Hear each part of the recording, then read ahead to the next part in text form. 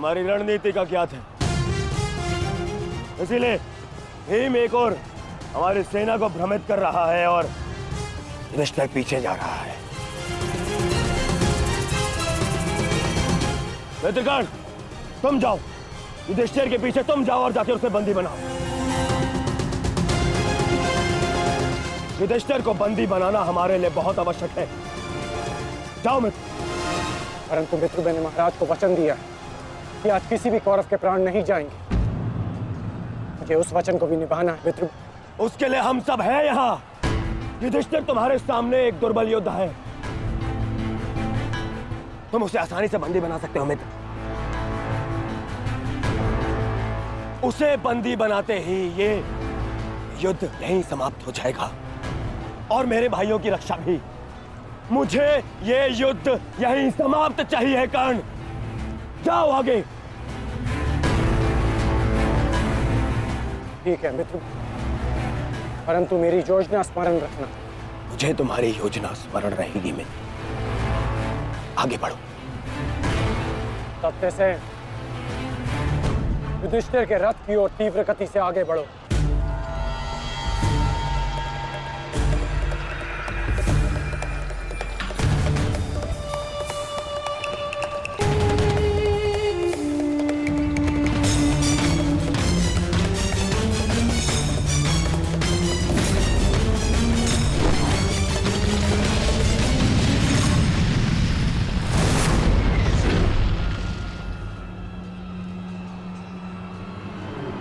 योद्धा शत्रु की ओर आगे बढ़ता है, उससे पीछे नहीं भागता। मैं तुम्हें युद्ध का आह्वान देता हूं कौन्तेय।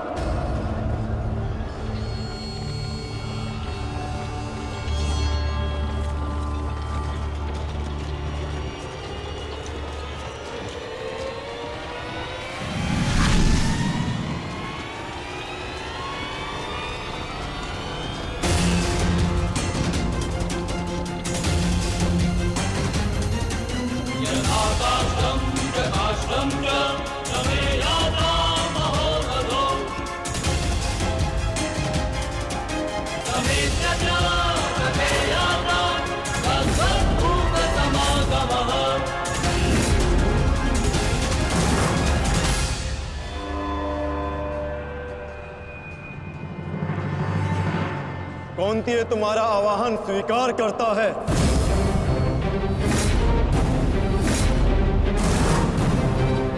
कल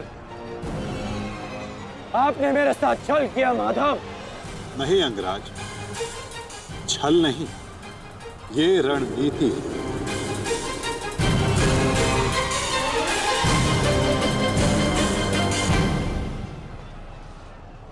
ये युधिष्ठिर का रथ है और इस पर युधिष्ठिर को विराजमान होना चाहिए था। वो तुम्हारी भूल है अंगराज, क्योंकि तुमने रथ को नहीं, रथी को युद्ध के लिए ललकारा है। और तुमने युधिष्ठिर को नहीं, कौन्तेय को ललकारा है, युद्ध का आवाहन दिया और उसने तुम्हारे इस युद्ध के आवाहन को स्वीकार किया है। कर्ण, तुम सदैव मुझसे द्वंद्व करने का अवसर ढूंढते रहे हो कर्ण। समय आ गया है, अब दिखाओ कि तुम कितने समर्थवान और कुशल योद्धा हो। अपना आवाहन पूर्ण करो मुझसे और वहां दादा भीम अपनी प्रतिज्ञा पूर्ण करेंगे।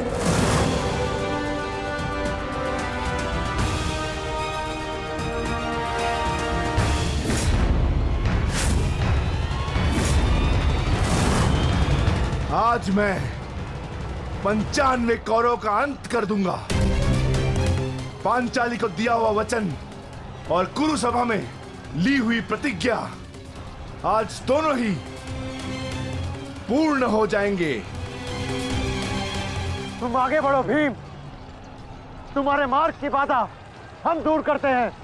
आगे बढ़ो।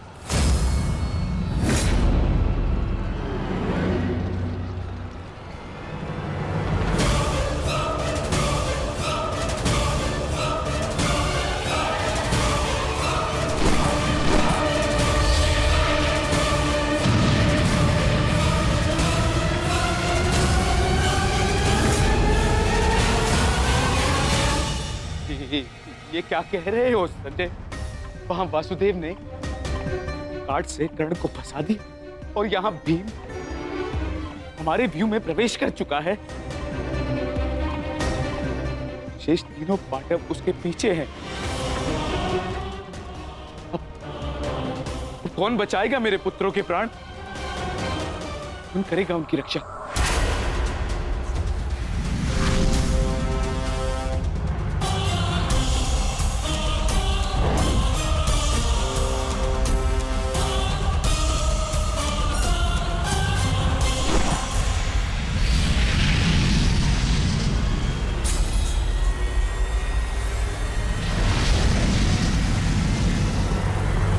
ये तो कर्ण का संकेत है।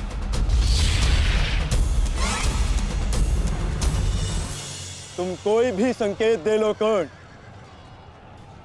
तुम्हारी सहायता के लिए यहां कोई नहीं आ पाएगा, और ना ही मैं तुम्हें कौरवों की रक्षा करने के लिए यहां से जाने दूंगा।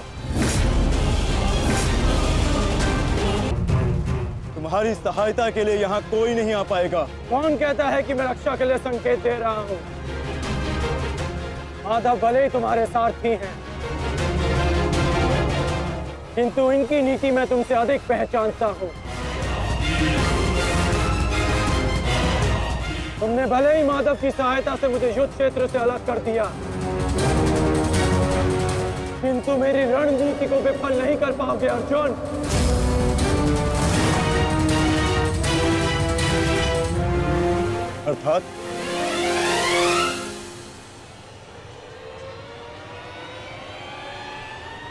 अर्थात मैं तुम्हारी रणनीति में नहीं, तुम मेरी रणनीति में फंसे हो अर्जुन। तुमने मुझे कौरवों से अलग नहीं किया, बल्कि मैंने तुम्हें पांडवों की सहायता से विमुख कर डाला।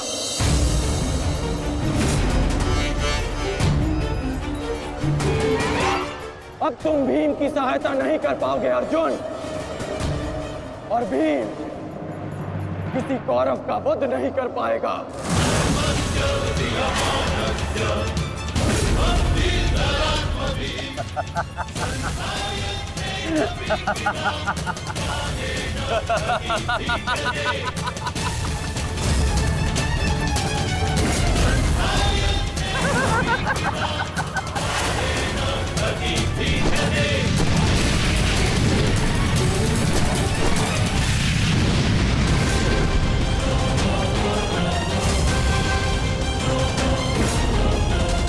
हमारा काल बनकर आए थे मूर्ख भीम, परंतु आज तुम स्वयं अपने काल के जाल में फंस गए। प्रिय भ्राता भीम, अकेले ही 100 कौरवों का वध करने की शपथ ली है ना तुमने? तो अब देखते हैं इस शपथ को पूर्ण करने का सामर्थ्य तुम्हें है भी या नहीं। प्रतिज्ञा पूर्ण करना चाहते थे ना गदाधारी? इस प्रतिज्ञा को पूर्ण करने के लिए तुम्हें अब अगला जन्म लेना होगा, क्योंकि इस जन्म में तुम्हें मरना होगा गदाधारी।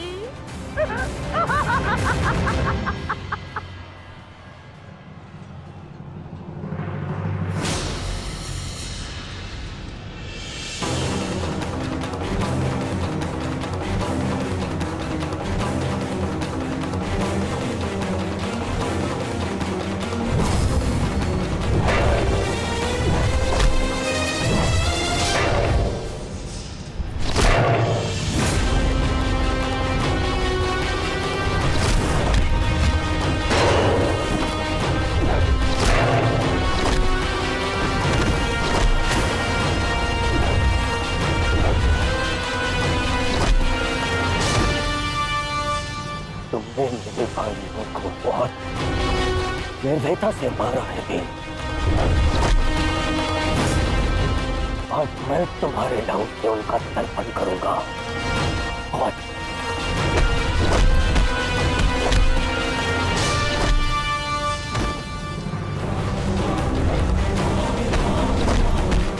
तर्पण करूंगा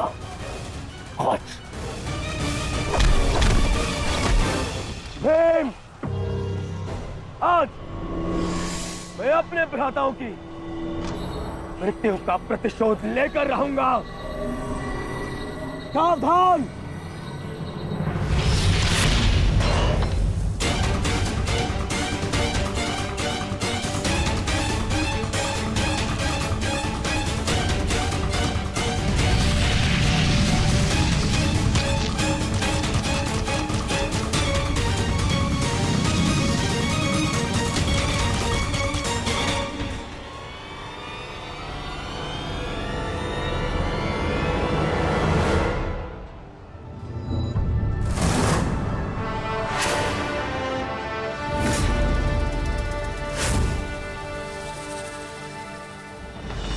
आपका प्रतिशोध पूर्ण हो ना हो, परंतु मेरा प्रतिकार आज अवश्य पूर्ण होगा।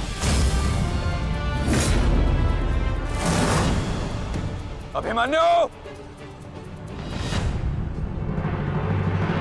दो योद्धाओं के बीच में आना युद्ध नियमों के विरुद्ध। 6 महारथियों ने अकेले ताचरी भीम को घेरा है। नियम तो आपने भंग किया है, तो अब यह अधिकार मुझे भी है।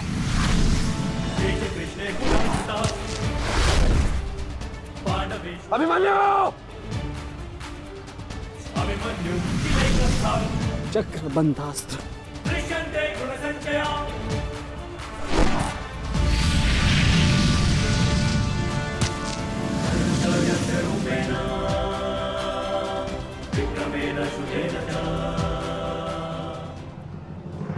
अभिमन्यु, तुम भूल रहे हो मैं तुम्हारे पिता के आचार्य का पुत्र हूं।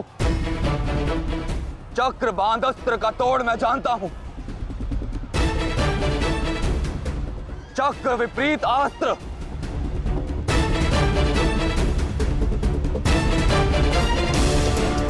भूल तो आप रहे हैं महारथी। विपरीत अस्त्र तभी कार्य करता है जब युद्ध नीति गत हो। एक योद्धा पर आप सभी ने आक्रमण कर युद्ध नीति भंग की। अब अपनी इस अनीति का दमन देखिए। बालक! बालक! मेरी शत्रुता तुमसे नहीं है। मेरे मार्ग से हट जाओ, अन्यथा अपने प्राणों से हाथ धो बैठोगे। धो तो आज मैं उस कलंक को दूंगा जो मेरे परिवार के माथे पर है, कि अपने कुलवधु के अपमान का प्रतिकार नहीं कर पाए।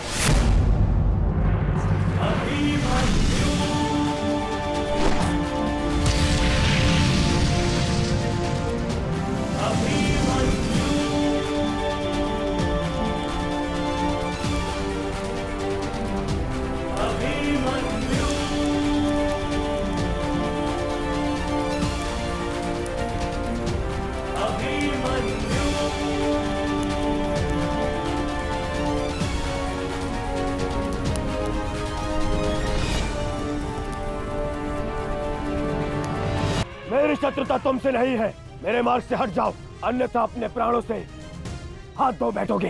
धो तो आज मैं उस कलंक को दूंगा जो मेरे परिवार के माथे पर है, कि अपने कुलवधु के अपमान का प्रतिकार नहीं कर पाए।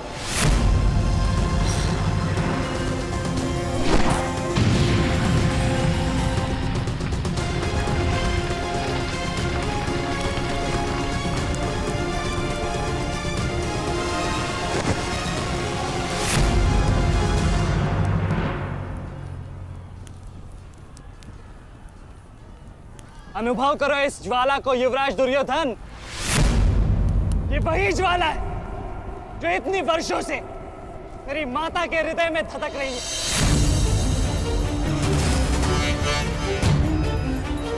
छोटा था मैं बहुत, पर मेरा रोम रोम जल उठता था ये सुनकर कि मेरी माता के साथ क्या हुआ। सोचो, मेरे माता पिता और मेरे काकाओं पर क्या बीती होगी जब उन्होंने वह दृश्य देखा। मेरे माता पर क्या बीती होगी जब सहस्त्रों आंखें उनके वस्त्रहीन होते शरीर पर पड़ रही थी। आज मैं आपको उस अपमान का अनुभव कराऊंगा। आपकी पूरी सेना और महारथियों के समक्ष आपका वस्त्राहरण करूंगा और कोई कुछ नहीं कर पाएगा।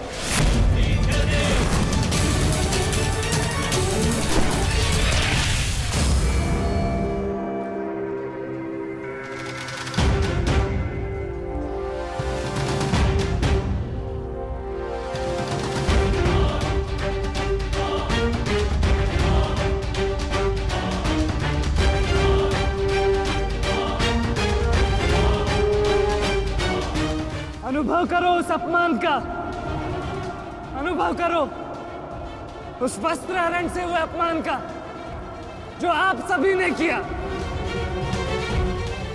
नदी जब सीमा तोड़ती है तो बाढ़ आती है। आज आपकी पाप की धारा की बाढ़ में आप स्वयं बह जाएंगे काकाश्री।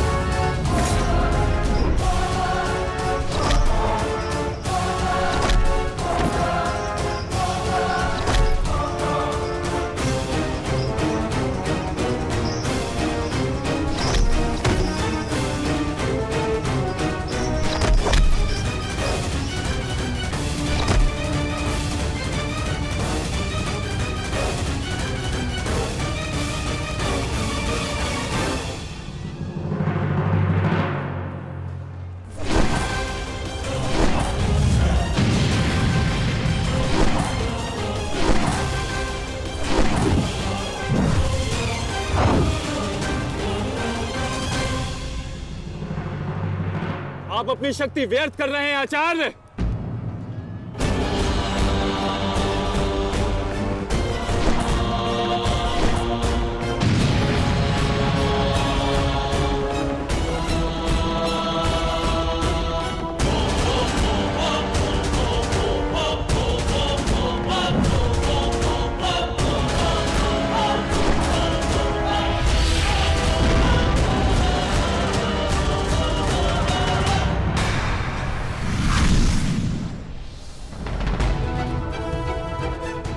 दुर्योधन को मेरी सहायता की आवश्यकता है।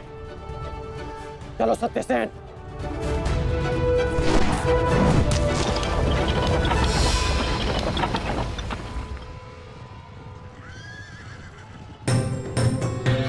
कहां चले अंगराज? मैं जानता हूं कि तुम्हारे मित्र पे आए संकट का संदेश तुम्हें मिल चुका है, परंतु मैं तुम्हें जाने नहीं दे सकता। तुम कदाचित मुझे रोक सकते थे अर्जुन, परंतु तुमने एक भूल कर दी। तुम अपने रथ पर नहीं हो अर्जुन। हाँ, वासुदेव तुम्हारे सारथी हैं, परंतु महाबली हनुमान का आशीर्वाद तुम्हारे रथ पर नहीं।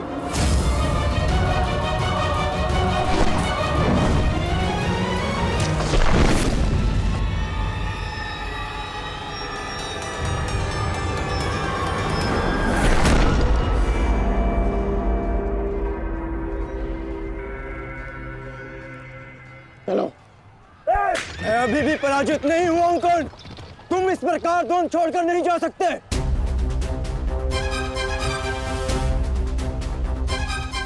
तुम युद्ध के नियम भूल रहे हो अर्जुन।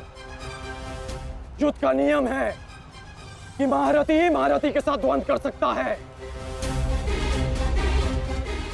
और तुम रथ विहीन हो, इसलिए मैं तुम्हारे साथ द्वंद्व नहीं कर सकता। पहले अपने रथ का पहिया सुधारो, फिर आकर मुझे युद्ध का आह्वान देना, क्योंकि परशुराम शिष्य कर्ण नियम तोड़कर युद्ध नहीं करेगा।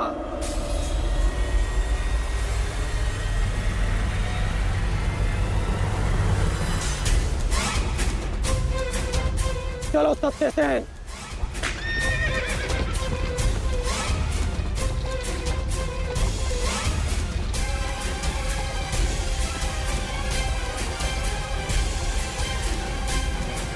अब समझे पार्थ कि मैं कर्ण की प्रशंसा क्यों करता हूं।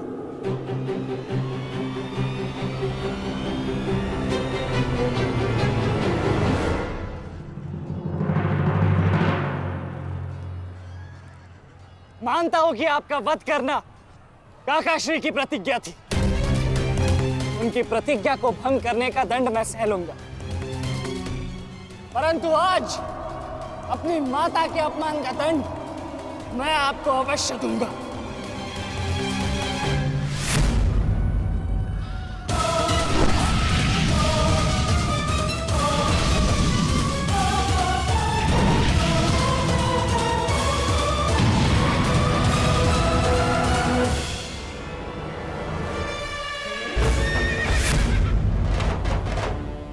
किसी की प्रतिज्ञा टूटे पर मेरी प्रतिज्ञा नहीं टूटेगी अभिमन्यु। और मेरी प्रतिज्ञा है कि जब तक मैं जीवित रहूंगा मेरे मित्र के प्राण नहीं जाएंगे।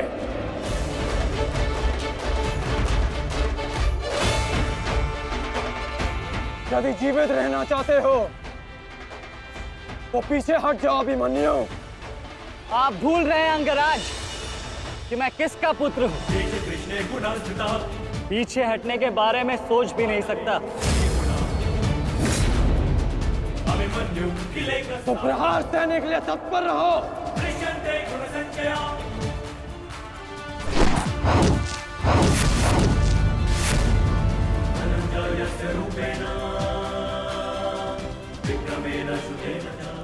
ये मेरे लिए पर्याप्त नहीं अंगराज।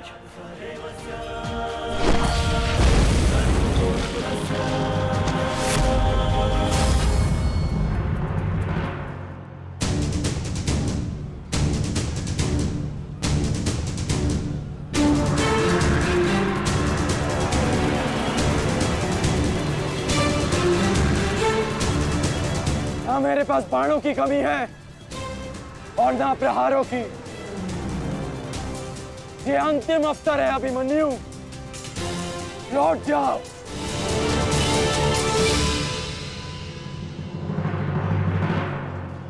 तो मेरे तुनीर में भी उत्तर प्रस्तुत है अंगराज।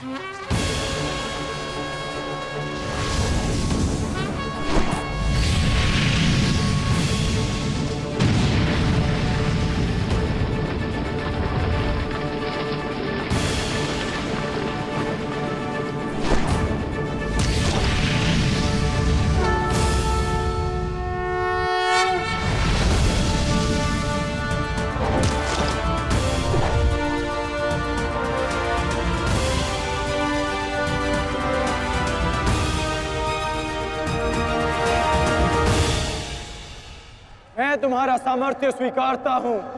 तुम्हें कुशल योद्धा हो अभिमन्यु,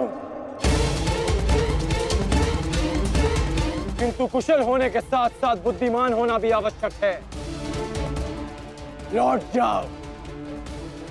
यदि कल युद्ध करना चाहते हो तो आज जीवित रहना सीखना होगा। लौट जाओ अभिमन्यु।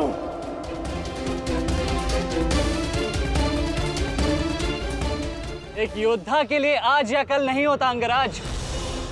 उसके लिए केवल वो ही पल होता है जिसमें वो मृत्यु के सामने खड़ा होता है। एक वीर योद्धा से सुना था मैं, हे मृत्यु, तैयार यदि तू आने को प्रसन्न मुखा। द्वार खुला है, तेरा स्वागत प्रसन्न मुखा।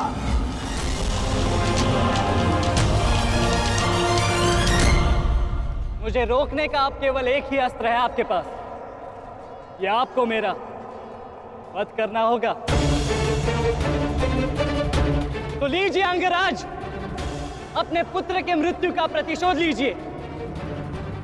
आपके समक्ष आज वो योद्धा खड़ा है जिसके पिता ने आपके पुत्र का वध किया था। प्रतिकार कीजिए अंगराज, रुके क्यों है? क्योंकि जो पीड़ा मैंने सही, मैं नहीं चाहता कि वो पीड़ा मेरा शत्रु भी सहे। कृष्ण ने अपना विकल्प स्वयं चुना था। वो रणभूमि छोड़कर जा सकता था, परंतु उसने मृत्यु चुनी। गर्व है मुझे तुम जैसे युवा योद्धाओं पर, जो अपना कर्तव्य पूर्ण करने के लिए सदैव तत्पर रहते हैं। मैं जानता हूं कि तुम पीछे नहीं हटने वाले अभिमन्यु, परंतु मुझे भी अपना कर्तव्य पूर्ण करना है।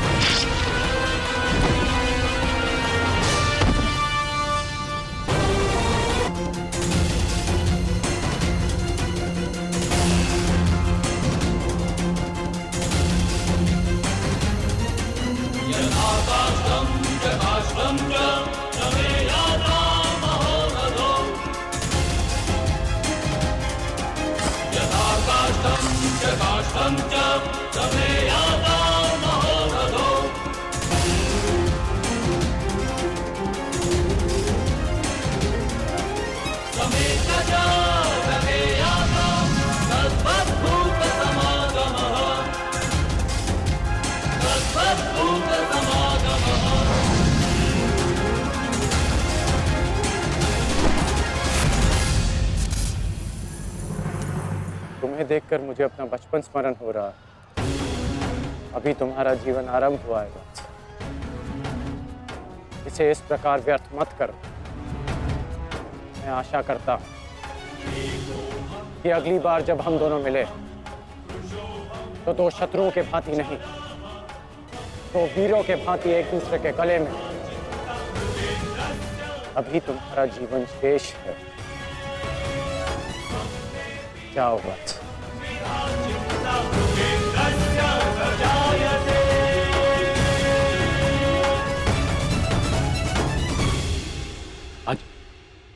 आज कौरवों की विजय हुई है गांधारी। पांडवों की एक अक्षुणी सेना को ध्वंस कर दिया है हमने आज। भीम हमारे एक भी पुत्र को क्षति नहीं पहुंचा पाया, एक भी। किंतु दुर्योधन का क्या महाराज?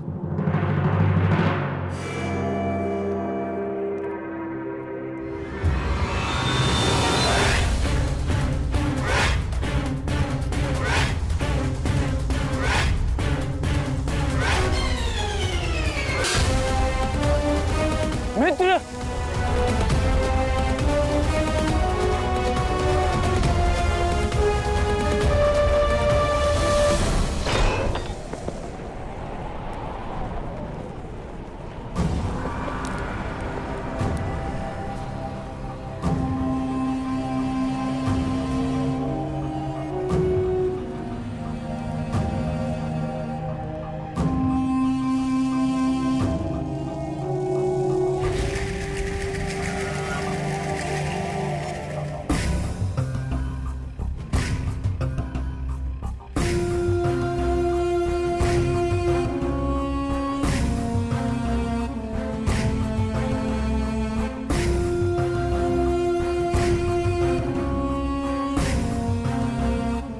आज मैं आपको उस अपमान का अनुभव कराऊंगा। आपकी पूरी सेना और महारथियों के समक्ष आपका वस्त्र हरण करूंगा। परंतु आज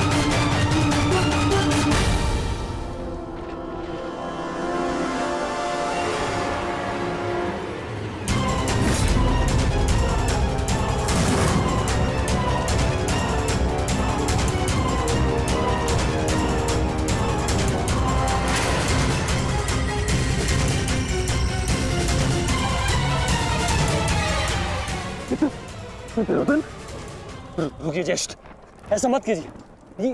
ये क्या कर रहे हैं आप? दुर्योधन, दुर्योधन ये सब कुछ क्या है? आज के इस युद्ध में हमें विजय मिली है, फिर ये सब कुछ क्यों कर रहे हो तुम? ऐसी विजय जो अपमान की थाली में सजा कर मिले, ऐसी विजय से श्रेयस्कर है कि मृत्यु को पालूं। मेरे जीवन में कभी मेरा इतना अपमान नहीं हुआ है। अब इस जीवन का और कोई मूल्य नहीं। मैंने ये युद्ध संपत्ति के लिए नहीं, अपने हट, अपने सम्मान के लिए बुलाई थी। अब जब सम्मान ही नहीं रहा तो इस विजय का मैं क्या करूंगा? मेरी सेना के सामने विश्व के महानतम योद्धाओं के रहते वो 16 वर्ष का बालक मेरे वस्त्र हरण कर गया और चेतावनी देकर गया है कि युद्ध में जब भी मिलेगा पुनः यही दोहराएगा। अब ये वस्त्र हरित दुर्योधन सम्राट बन भी गया। कैसे अपनी सेना से, अपनी प्रजा से आंख मिला पाऊंगा मैं? इस लज्जा के साथ मैं अब जीवित नहीं रह सकता। नहीं दुर्योधन, देखो अपने क्रोध पर काबू पाओ। देखो विजय हमारे निकट है दुर्योधन, मानो मेरी बात। छोड़िए मुझे मामाश्री, छोड़िए मुझे, अन्यथा इस अग्नि में मैं अपने आप से पहले आपकी आहुति दे दूंगा। छोड़िए मुझे। नहीं। छोड़िए, छोड़िए मुझे।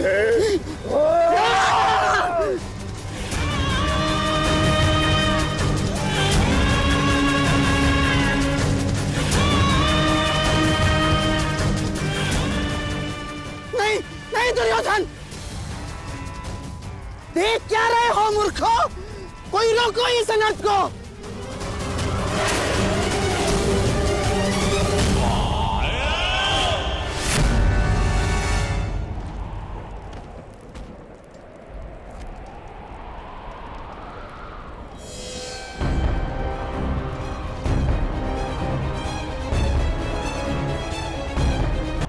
ठहर जाओ मित्र। नहीं, अब नहीं।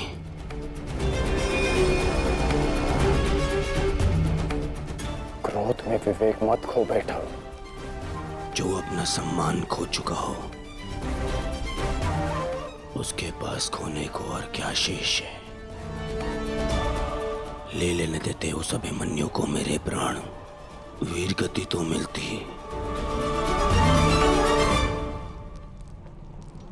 सारी सेना के सामने मेरा वस्त्र हरण कर गया वो बालक, जिन पांडवों का सर कटा हुआ देखना चाहता था, उन्हीं का बालक मेरा सर झुका गया। संसार के सारे योद्धा देखते रह गए और वो बालक मुझे अपने बाणों के चक्र में फंसा गया। मैं ये अपमान सहन नहीं कर सकता। क्या करूंगा जीवित रह गए जब संसार के सामने शीश उठाकर चल भी नहीं सकता मैं। इसीलिए अब मैं अग्नि स्नान करूंगा।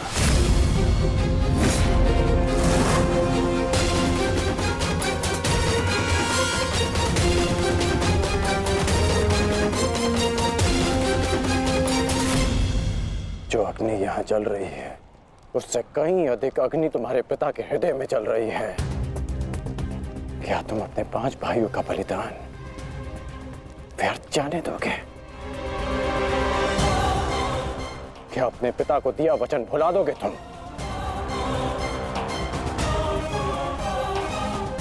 अपने चारों ओर देखो मित्र, क्या ये सब व्यर्थी अपने प्राणों के साथ खेल रहे हैं?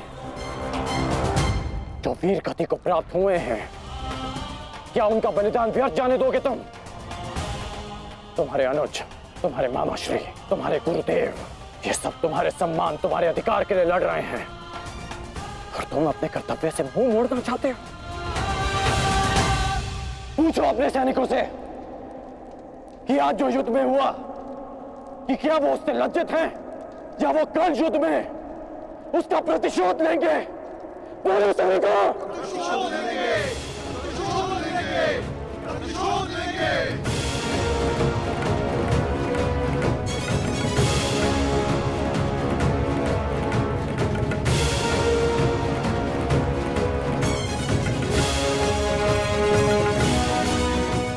इन सैनिकों का सम्मान मेरे मन में लगी अग्नि को बुझा नहीं सकता मित्र। मैं तुम्हारे लिए सदैव प्रस्तुत हूं मित्र। आदेश दो मुझे, आदेश दो कि क्या चाहिए तुम्हें। तुम्हारी पीड़ा को शांत करने की औषधि क्या है मित्र? बताओ मुझे। मुझे अपने इस अपमान का प्रतिशोध चाहिए। जिसने मेरा मान हरण किया, उसके प्राण हरण करने हैं मुझे। मुझे अभिमन्यु चाहिए।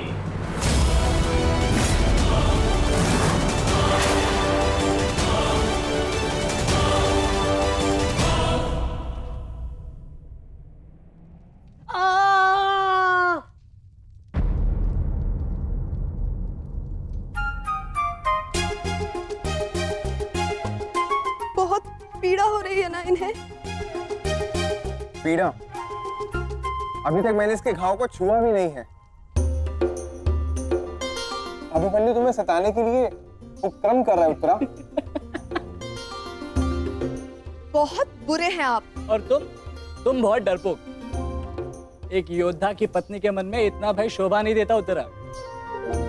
ये घाव हमारे लिए आभूषण होते हैं।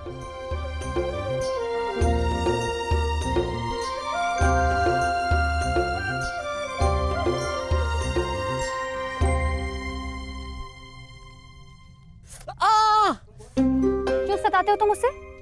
अब क्या करूं माता, वो तो आजकल हर बात पर क्रोधित हो जाती है। और अब आप भी मुझे डांट रही हो। तुम्हें अधिक चोट तो नहीं आई ना पुत्र? नहीं पिताश्री, बल्कि बहुत कुछ सीखने को मिला। सच में अंगराज कर्ण एक महान योद्धा है। उन्हें आपके अतिरिक्त और कोई टक्कर नहीं दे सकता। हाँ पुत्र, परंतु हम दोनों के लक्ष्य और सोच भिन्न हैं। मुझे तुम पर गर्व है।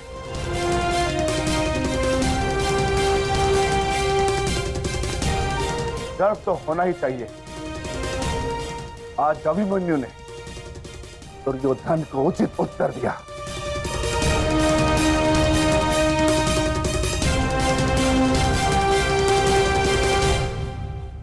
सत्य अभिमन्यु, आज तुमने जो युद्ध भूमि में किया वो अद्भुत था, और मुझे विश्वास है कि कल का दिन इतिहास में तुम्हारा नाम सदैव के लिए अमर कर देगा अभिमन्यु।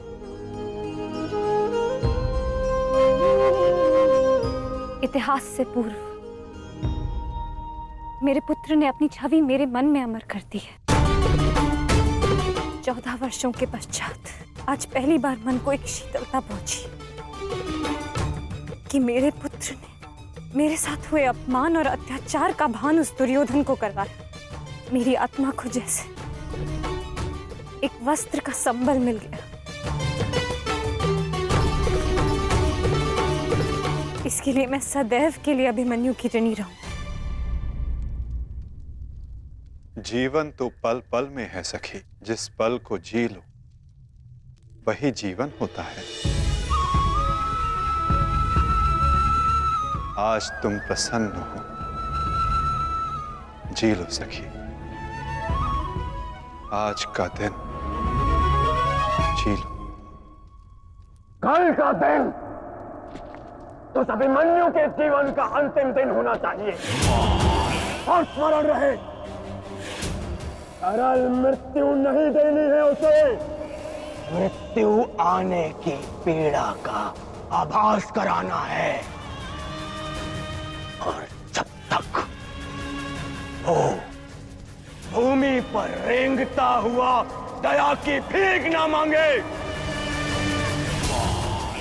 मृत्यु नहीं आनी चाहिए उसे।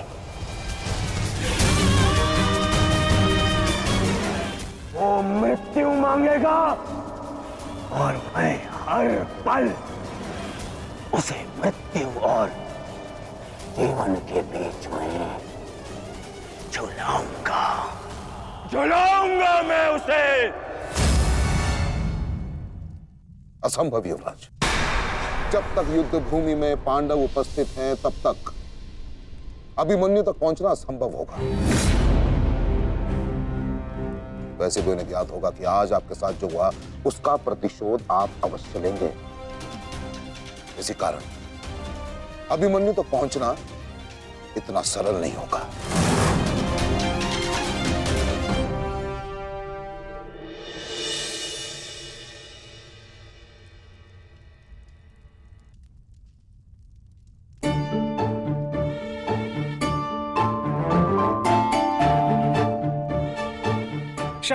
क्षमा कर दो, भूल हो गई बस। अच्छा क्षमा भी कर दो। जिसने युवराज दुर्योधन का मस्तक झुका दिया वो आज तुम्हारे समक्ष सर झुकाए मना रहा है तुम्हें। देखो, किसी ने मुझे इस प्रकार सर झुकाए देख लिया ना तो मेरा बहुत उपहास उड़ाया जाएगा। पहले वचन दीजिए कि भविष्य में आप इस तरह मेरा उपहास नहीं बनाएंगे। आपको अनुमान भी है मैं कितनी भयभीत हो गई थी। अब इसमें भयभीत क्या होना उत्तरा? आप नहीं समझेंगे, मुझे आपसे बात ही नहीं करनी। तो ठीक है, मत बात करना, परंतु कल यदि लौटा नहीं ना तो पछताना नहीं कि... दोबारा ऐसे मत बोलना आर्य। भाई खो चुकी हूँ, पति नहीं खो सकती। क्षत्रिय हूँ, अपने अधिकार लेना जानती हूँ। आपको लौटना होगा क्योंकि इस बार केवल मैं नहीं, आपकी होने वाली संतान भी आपकी प्रतीक्षा करेगी।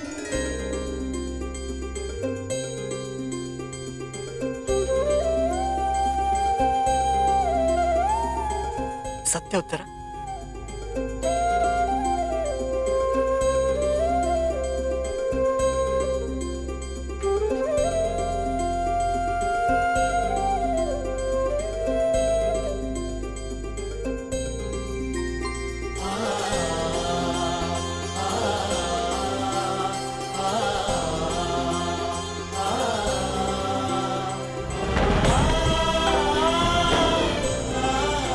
मैं तुम्हें वचन देता हूं उत्तरा, तुम और हमारी संतान सदा मुझ पर गर्वित रहेंगे।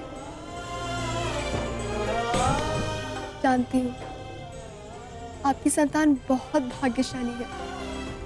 उसे अपने पिता की शौर्य गाथा सुनने को मिलेगी। गाथाएं विजय के साथ होती है उत्तरा,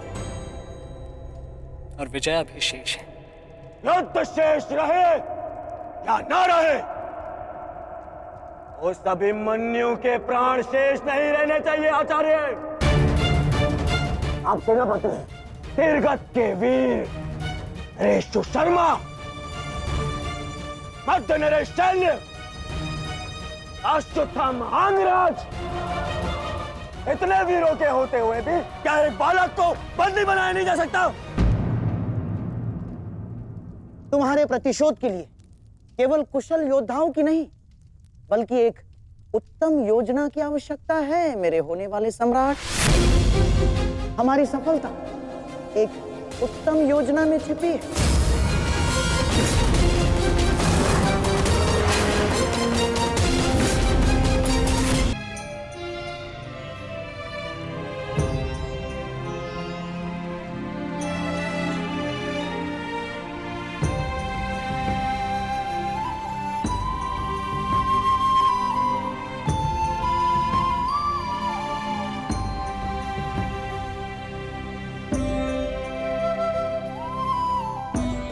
क्या है जो आप चाहकर भी मुझसे नहीं कह पा रहे हैं सखा?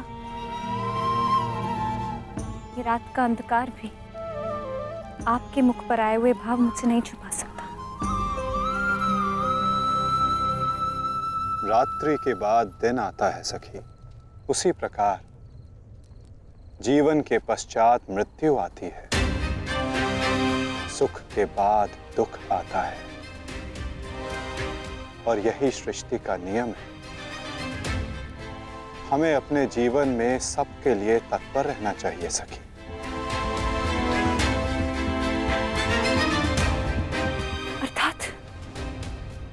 अर्थात जो मेरा भय है, क्या वो सच होने वाला है माधव? क्या कल पांडवों के साथ कुछ अनिष्ट होने वाला है?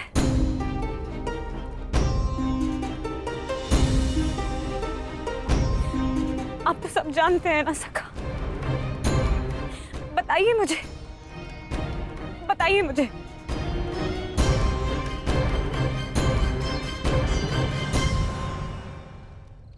कभी कभी भविष्य का ज्ञान होना भी दुख का कारण बन सकता है सखी। यदि समय के अनुसार मनुष्य को सत्य का ज्ञान हो तो वो स्वयं को संभाल सकता है। और आज तुम्हारी प्रसन्नता का दिन है सखी। आज तुम्हारे पुत्र ने तुम्हारे अपमान का प्रतिकार किया है। जाओ सखी, जाकर सो जाओ, क्योंकि जीवन की हर रात्रि सदैव सोने के लिए नहीं होती।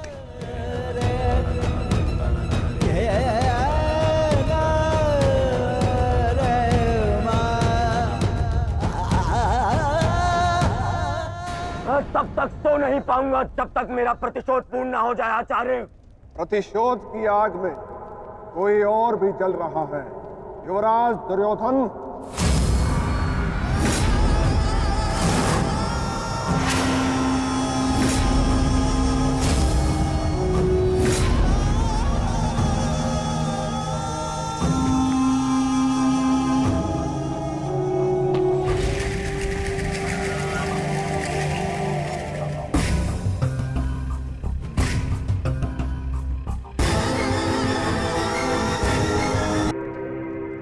माता श्री सिंधु नरेश जयद्रथ। भूल को क्षमा किया जा सकता है, अपराध को नहीं। इस सम्मान के पश्चात में जीत बचा तो ऐसा भयंकर प्रतिशोध होगा कि तुम पांचों की आत्मा कांप उठेगी। प्रतिशोध दूंगा। कल तुम्हारे साथ साथ मेरा प्रतिशोध भी पूर्ण होगा और मैं सम्मान सहित तुम्हारी बहन दुशला को अपना मुख दिखा सकूंगा।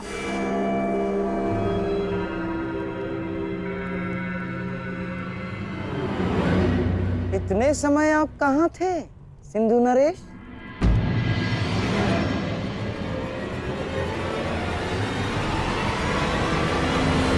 अपने अपमान के प्रतिशोध का प्रबंध कर रहा था।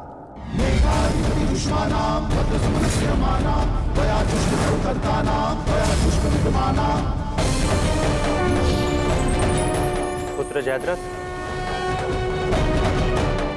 मैं तुम्हारी तपस्या से प्रसन्न हूं। मांगो, क्या वर मांगते? महादेव, मुझे अपने प्रतिशोध का अवसर चाहिए। शपथ ली है मैंने, जब तक पांडवों के अपमान का प्रतिशोध नहीं लूंगा तब तक मुकुट धारण नहीं करूंगा। और वो दिन कल आएगा वो दिन जब मैं पांडवों को ऐसी पीड़ा दूंगा कि वो जीवन भर नहीं भुला सकेंगे। महादेव का आशीर्वाद है मेरे साथ और मैं तुम्हारे साथ युवराज। तुम्हारी योजना और मेरा प्रतिशोध दोनों कल सफल होंगे।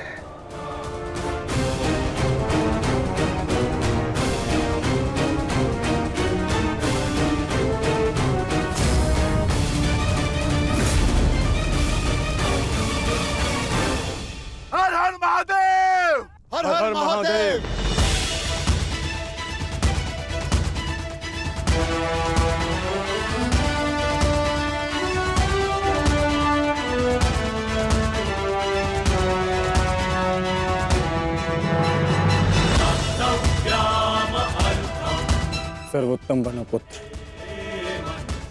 संसार के सभी योद्धाओं में तुम्हें सबसे अधिक कीर्ति प्राप्त हो।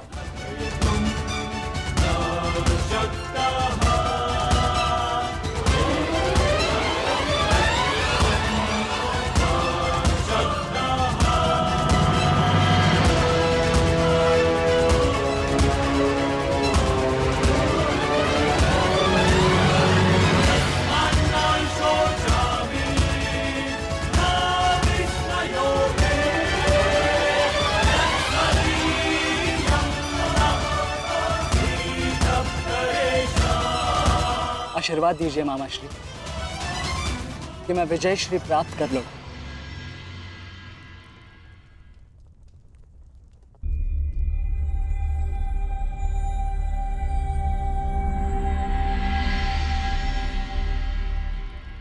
विजय तो कायरों को भी प्राप्त होती है पुत्र, परंतु कीर्ति और यश केवल शूरवीरों का मुकुट बनती है। मेरा आशीर्वाद तुम्हारे साथ है पुत्र। तुम युद्ध क्षेत्र में वो कीर्ति प्राप्त करो जो तुम्हें अमर बना दे।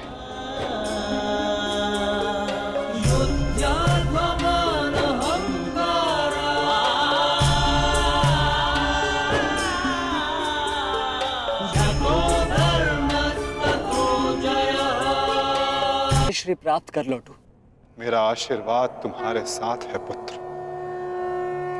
तुम युद्ध क्षेत्र में वो कीर्ति प्राप्त करो जो तुम्हें अमर बना दे।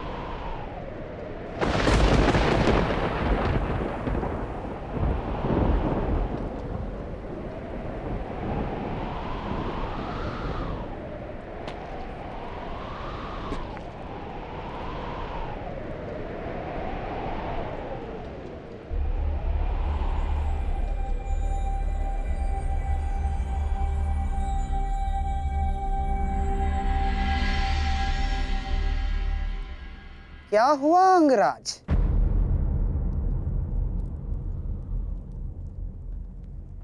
सूर्यदेव से आप ये प्रार्थना तो नहीं कर रहे हैं कि वो उदित ही ना हो?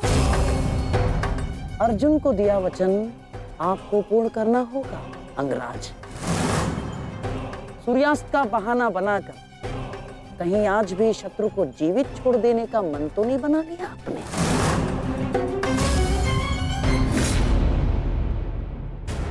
कभी कभी मौन रहने से प्राण बच जाते हैं। अब एक और शब्द अपने मुख से निकाला तो युद्ध आरंभ होने से पूर्व ही शत्रु से पहले मैं अपने पक्ष के किसी योद्धा का वध कर दूंगा। अंगराज, अंगराज आप क्रोधित क्यों हो रहे हैं? मेरे कहने का तात्पर्य केवल ये है कि आपके पुत्र वृषसेन की मृत्यु तो स्मरण है ना आपको? वृषसेन के हत्यारे अर्जुन का पुत्र ही आज आपका लक्ष्य होना चाहिए। बस मैं यही कहना चाह रहा था। कर्ण को स्मरण है मामा श्री।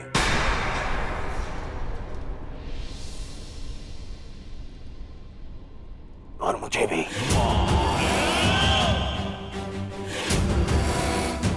आज हम वृषसेन की मृत्यु और मेरे अपमान का प्रतिकार दोनों लेंगे। मैं केवल इतना जानना चाहता हूं कि इस प्रतिकार से पूर्व उस कौटे अर्जुन को मार्ग से हटाने का क्या प्रबंध करना चाहिए? उसका प्रबंध मैं कर चुका हूं मेरे होने वाले सम्राट।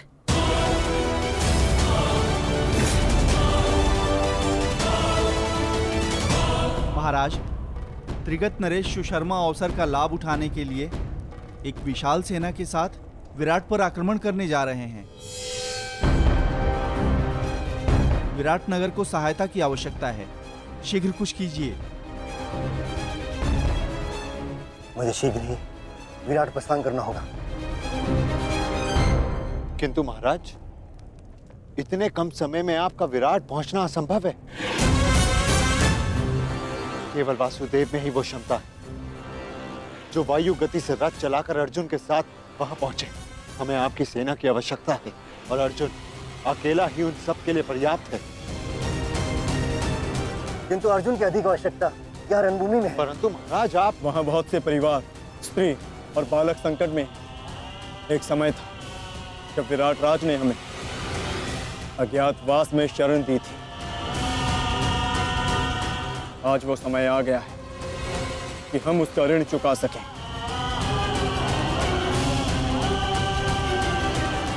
और फिर अभिमन्यु भी तो यहाँ है। मुझे इस पे पूर्ण विश्वास है। और मैं आपको विश्वास दिलाता हूँ पिताश्री कि युद्ध भूमि में आपकी कमी शत्रु को अनुभव नहीं होगी। जब आप सुशर्मा का नाश करेंगे तो आपके पुत्र की शौर्य की कीर्ति आपका स्वागत करेगी। चलिए माता।